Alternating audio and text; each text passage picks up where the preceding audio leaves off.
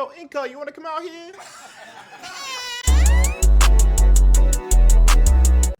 Hello everybody and welcome back to the MDA. This is your week 1 preview for it. I am IncogM, the commissioner, as well as your coach of the devastating Dracozolt. I'm going to go over each of the matchups this week, telling you some key details and maybe some other points about them. If you guys like this kind of content, please leave a like and maybe subscribe today and maybe join the MDA server just so you can see everything for yourself. I didn't quite include it in the overall just like showing of all the teams, so I do apologize about that, but it'll be in videos from now forward. All channels will be linked down below as well. And also, everything looks a little bit rough this week. You know, if you guys don't know me, I work 5, almost 6 days a week, so don't worry, everything will be improved moving forward. Just wanted to make sure I got this video out so people knew what was going on this week.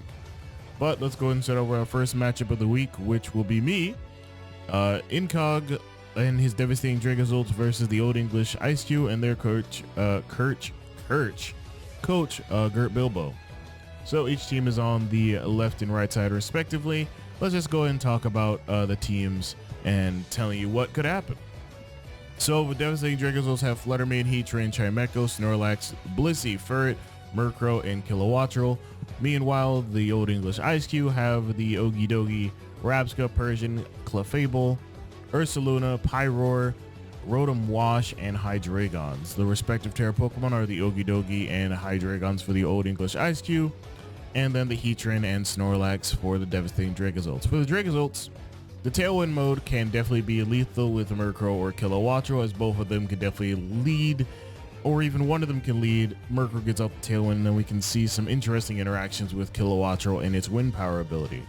In addition, this game looks like it could be a Fluttermane face. There's not a whole lot of resistances, and even if a Pokemon is immune to one, they don't resist the other of its stabs. However, the Dragozolts need to be careful of opposing Tailwind with Speedy Ursaluna. Now, you may not think that that could be an issue, but should they run into an Ursaluna that is not in Trick Room but in Tailwind instead, let's just say this team gets feasted upon by Ursaluna.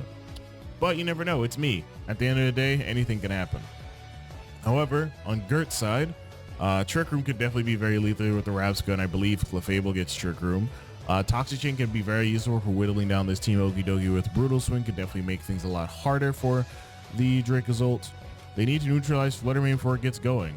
First and foremost, if the Murkrow puts up Sunny Day or anything like that, or even if it's just, you know, specs Fluttermane, there's not a whole lot of the Mons on the other side that would like to take a Moonblast, a Shadow Ball, or even a Dazzling Gleam most of the time. So with the great support Pokemon with a great offense, I think that this game will definitely go down pretty easily for either coach. I don't expect it to be a 2-0 victory for either of them. I think it'll probably be a 2-1 in somebody's favor. Obviously, each of the teams have very dangerous Pokemon, good priority, and good support. In addition to that, we'll see how it goes. And I do just want to remind everybody that Revival Blessing is allowed in this league, so Gert could definitely use that to his ability. Definitely something I definitely had to look into myself before making these slides. But yeah, let's go ahead and move on to the next matchup of the week. We have the Sacramento Sandslash fighting the Waga. I hate you, Liv. The Wagamama Highway Quazzles. There it is. We'll start off by just announcing the teams. Liv has the Glaceon, the Goldango, the Iron Jugulus, the Diancie, the Rillaboom, the Iron Hands, the Growlithe, and the Golduck, while Pat has the Iron Bundle, the Mudsdale, the Noivern, the Dipplin, Weirdair, Skeletors, Hoopa Unbound, and Electros. We'll start off with Pat's team here. Iron Bundle is going to be a very big Pokemon this week. Oh, by the way, before I continue, the Terra Captains, I don't want to forget those. For Liv's team, it is the Rillaboom and the Goldango, I'm pretty sure. And then for Pat's team, it is the Hoopa Unbound and the Skeletors, I'm pretty sure. Obviously, if I'm wrong, I'll like flash something on screen. Anyways, back to Pat's team. He has the Iron Bundle. It's going to serve a really heavy purpose this week. I mean, looking at Ice and Water and just in general, it hits a lot of Liv's team for really, really good damage. And he has two great Terra Pokemon in the Hoopa Unbound and the Skeledirge, being that, depending on their types, I mean, this could be a clean sweep for Pat, but he also needs to be careful of Iron Regulus's coverage. Liv could do some slower Trick Room mode and have Iron Regulus with a possible room service item. And believe me, it gets dark, gets steel coverage, gets flying coverage, obviously, gets water coverage. It gets so much coverage to the point where it could definitely be very awful for Pat to deal with. He has a pretty balanced team, and that can make for some pretty balanced offense, in my opinion. He has a good Tailwind mode with Noivern. He can also potentially set up Trick Room with Weirdeer or the Hoopa Unbound. So overall, the team is just looking good to go. And I mean, truthfully, it could go either way. But with Liv's strong set of Pokemon, and both her modes being Tailwind and Trick Room, are excellent here. And I mean that. She has a lot of good, just solid Pokemon in general for each of those modes. Whether that faster mode will have Iron Regulus and Goldango, or that slower mode could have the Diancie or the Glaceon doing heavy amounts of damage while maintaining fake out support with the Rillaboom and the Iron Hands. However, Liv needs to be careful of the Iron Bundle spamming, whether that is just Blizzards or Icy Winds, or even just maybe Hydro Pump spam, or even if Iron Bundle gets surfed, that could definitely be very bad. But in my opinion, Terra Goldango will probably be the key to success for Liv, but both of these players play VGC more than I do, so they probably know something I don't going into this matchup. However, I do think it should be said that this would be technically my game of the week, because you have two really solid teams and two really solid coaches, and either way it goes, we'll see which coach really wants it more, I guess. But since this league is basically for fun, you never know. We could see Growlithe come, we could see something like the Dipplin coming. You never know with this. But hey, we'll see how it goes for each of these coaches. But the next matchup that we're going to be talking about is going to be the Texas Toadscruel and the Edmonton Coilers. Edmonton Coilers coached by Dell, and he has the Sinistcha, the Mabostiff, the Articuno, the Arbok, the Slitherwing, the Ninetales Alola, the Urshifu Rapid Strike, and the Pheasantipity. And his Ninetales and Pheasantipity are the Terra Captains, while the Texas Toadscruel have the Hisuian Lilligant, the Scyther, Colossal, Sandy Shocks, Luxray, Walking Wake, Typhlosion, Hisuian, and Ninetales. And on his side, he has the, I believe it would be the Lilligant, Hisuian, and the Sandy Shocks as his Terra Captains. QSN's team is Sun. Dell's team is basically Snow. But let's start with QSN's team.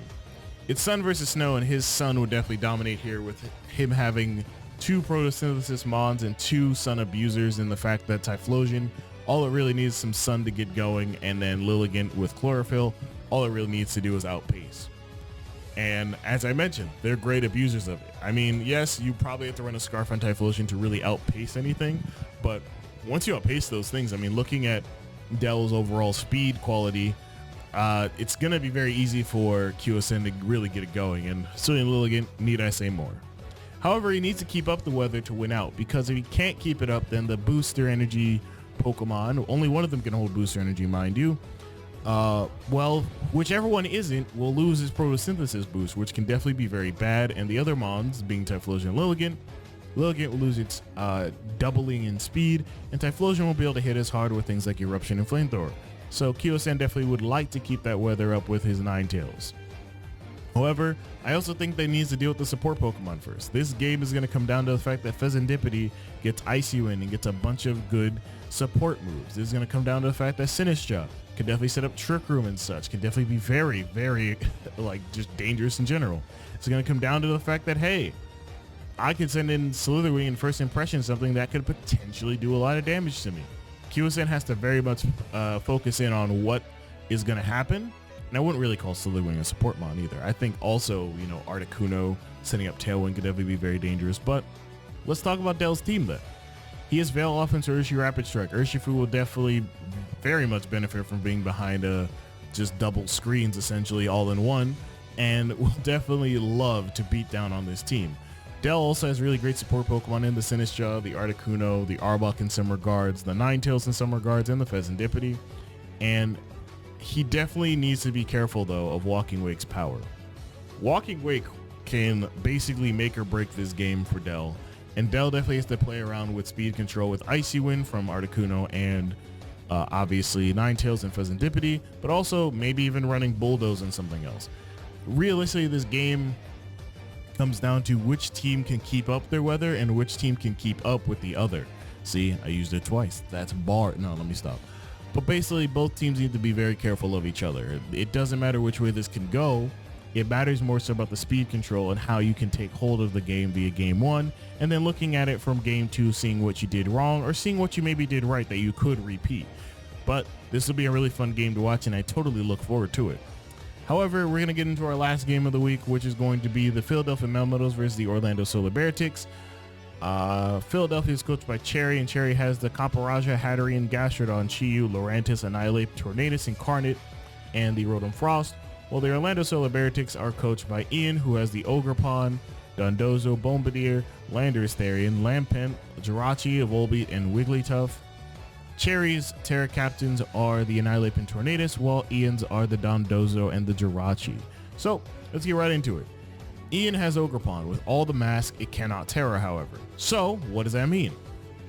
Well, he can bring any one of the forms. Regular form, Teal Mask, Wellspring Mask, Cornerstone Mask, Hearthflame Mask. It doesn't matter. It is unchained. And let me tell you, that makes this matchup a little bit harder for Cherry to predict around what could be brought. Whether that could be Water, Fire, and he could get the just hard-hitting damage against a lot of Cherry's team, or he can go with something like Rock, where a lot of this team doesn't actually want to take Rock damage. And that's the thing about Ian. He could definitely set up Tailwind if he really felt like it and just get off big damage. And he really needs to think about, however, if he gets up Tailwind, how does he deal with Trick Room from his opponent? However, Ian is very much not taking this seriously, so pressing buttons will go burr this game. Whether that is just going hard Tailwind and then bringing Landorus in with a Choice Scarf to ensure that he is faster and just rock sliding away, or going with something like the Ogerpon in Tailwind, or just in general it's fast, doing a lot of damage, or even just using Jirachi and just straight up getting maybe flinches or drops from things like Flash Cannon and other moves. Ian's pressing buttons, Cherry's thinking methodically. And with Cherry, he has both Tailwind and Trick Room, which are great modes. They definitely will serve him both good purposes if he brings both or either or of them. Chiyu is going to be the X factor, as a lot of Ian's team does not deal with Chiyu, defensively speaking at least, offensively definitely. But Chiyu and Tailwind will definitely do a lot of damage, as it is faster than everything on Ian's team besides the Ogerpon and Speed Tides with Jirachi. So believe me when I tell you this, Cherry, that Pokemon is insane. Now, Cherry has to also think about how he's going to deal with Dondozo. Dondozo's bulk overall is very hard for him to deal with, so you might want to go with some Terra types that will help him deal with it, like maybe Terra Electric Annihilate, or maybe even Terra Grassum, Tornadus, who knows. However, what mode will Cherry bring to this game that will serve better?